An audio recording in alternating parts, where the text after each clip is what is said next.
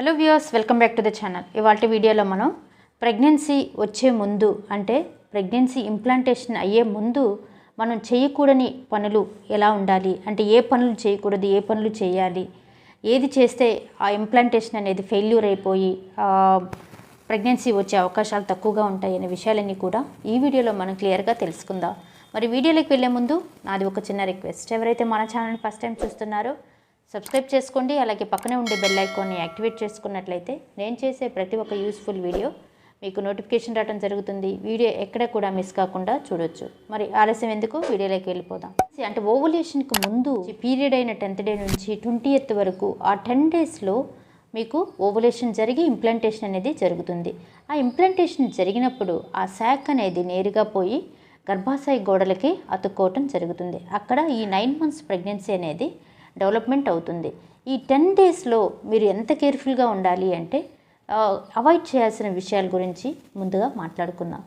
First thing, avoid travelling ఎందుకు వద్దు అంటున్నామంటే, ఈ ఓవులేషన్ ఇంప్లాంటేషన్ జరిగే సమయంలో మీరు ట్రావెల్ చేయటం, ఆ గర్భాశయం ఆ పెల్విక్ రీజియన్ అనేది షేక్ అవ్వటం వల్ల ఈ ఇంప్లాంటేషన్ అనేది కాస్త మెరుగుపడటం తగ్గుతూ ఉంటుందన్నమాట.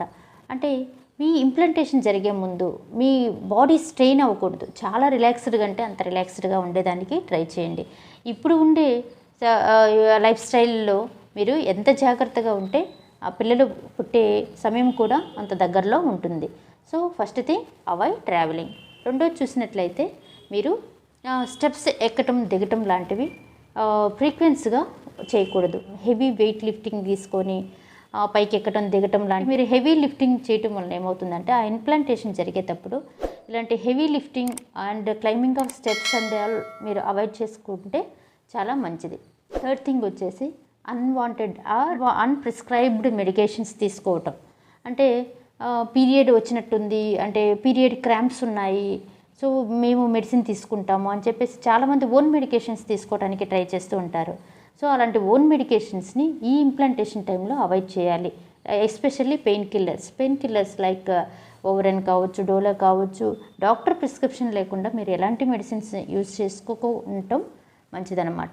సో ఈ అన్వాంటెడ్ ప్రిస్క్రిప్షన్ కూడా అవాయిడ్ చేసుకోవాలి. ఫోర్త్ థింగ్ వచ్చేసి టూ మచ్ ఆఫ్ హాట్ వాటర్తో బాత్ చేయటం. ఎక్కువగా ఉష్ణోగ్రతతో అంటే మీ యొక్క టూ మచ్ ఆఫ్ అంటే ఎక్కువ హీట్గా ఉండే వాటర్ని బాత్గా తీసుకోవటం వలన, అంటే ఇద్దరు మేల్ కావచ్చు ఫీమేల్ కావచ్చు, ఇద్దరిలో ఈ ఉష్ణోగ్రత పెరిగిపోయి ఆ యొక్క స్పర్మ్ యొక్క మొటిలిటీ కావచ్చు, స్పర్మ్ యొక్క క్వాలిటీ కావచ్చు తగ్గి ఈ ఉష్ణోగ్రత వల్ల తగ్గే అవకాశాలు ఉంటాయన్నమాట. అలాగే ఫీమేల్స్లో కూడా ఈ అండాశయంలో నుంచి విడుదలైన అండం ఫిలోపియన్ ట్యూబ్స్ నుంచి నేరుగా అది ఇంప్లాంటేషన్ జరిగిపోయి ఆ శాక్గా మనకి గర్భాశయ గోడల్లో అతుక్కుంటుందన్నమాట. సో ఈ ప్రాసెస్ జరగాలంటే మొటిలిటీ అంటే మూమెంట్ అనేది అవసరం. కాబట్టి మీరు ఉష్ణోగ్రతని ఎక్కువగా టూ మచ్ ఆఫ్ హాట్ వాటర్ని తీసుకోవటం వల్ల, అంటే బాతింగ్కి తీసుకోవటం వల్ల ఏమవుతుందంటే కొంచెం డిలే అయ్యే అవకాశాలు ఉంటాయి. సమ్టైమ్స్ ఇంప్లాంటేషన్ ఫెయిల్యూర్ అయ్యే అవకాశాలు కూడా ఉంటాయి. కాబట్టి హాట్ వాటర్ని ఎక్కువగా బాతింగ్కి అవాయిడ్ చేయటం మంచిది. మీ ప్రెగ్నెన్సీ ప్లాన్లో ఉన్నప్పుడు ఖచ్చితంగా మీరు ఇలాంటివి అవాయిడ్ చేసుకోవాలి. సో నెక్స్ట్ థింగ్ చూసినట్లయితే మీరు జంక్ ఫుడ్స్ని ఎక్కువగా తీసుకోవటం, అంటే మైదా స్టఫ్డ్ ఫుడ్స్ కావచ్చు, స్ట్రీట్ ఫుడ్స్ కావచ్చు, జంక్ ఫుడ్స్లో ఉండే ఆ ప్రిజర్వేటివ్ కావచ్చు, అలాగే ఆ సాల్ట్ కూడా అంత ఇండైజెషన్కి అలాగే గ్యాస్ట్రైటిస్కి గురి చేస్తుందన్నమాట. సో అలాంటి ఫుడ్స్ తీసుకోవటం వలన మీకు ఇంప్లాంటేషన్ అనే ప్రాబ్లంలో రావటం కానీ, లేదంటే లైఫ్ స్టైల్ చేంజెస్ వల్ల లైక్ ఒబేసిటీ వల్ల హార్మోనల్ ఇంబ్యాలెన్స్ అయ్యే అవకాశాలు ఉంటాయన్నమాట. మీ ప్రాపర్ హార్మోన్స్ అనేవి మీకు సపోర్ట్ చేస్తేనే ఇంప్లాంటేషన్ అనేది జరుగుతుంది. హార్మోనల్ ఇంబ్యాలెన్స్ ఫ్లక్చువేషన్ అయినా కూడా ఇంప్లాంటేషన్ అనేది ఫెయిల్ అయిపోతుంది. కాబట్టి మీ తీసుకునే ఆహార పదార్థాల్లో కూడా చాలా కేర్ఫుల్గా మీరు ప్రెగ్నెన్సీ ప్లాన్ చేస్తున్నారంటే మీ డైట్ అనేది కంప్లీట్గా రిచ్ న్యూట్రిషియస్తో కూడిన డైట్గా ఉండాలి. సో మీరు జంక్ ఫుడ్స్ని అవాయిడ్ చేసుకొని ఫ్రెష్ ఫ్రూట్స్ అండ్ వెజిటబుల్స్ని, అలాగే protein rich diet like eggs కావచ్చు, డ్రై ఫ్రూట్స్ కావచ్చు, వీటిని ఎక్కువగా తీసుకోండి.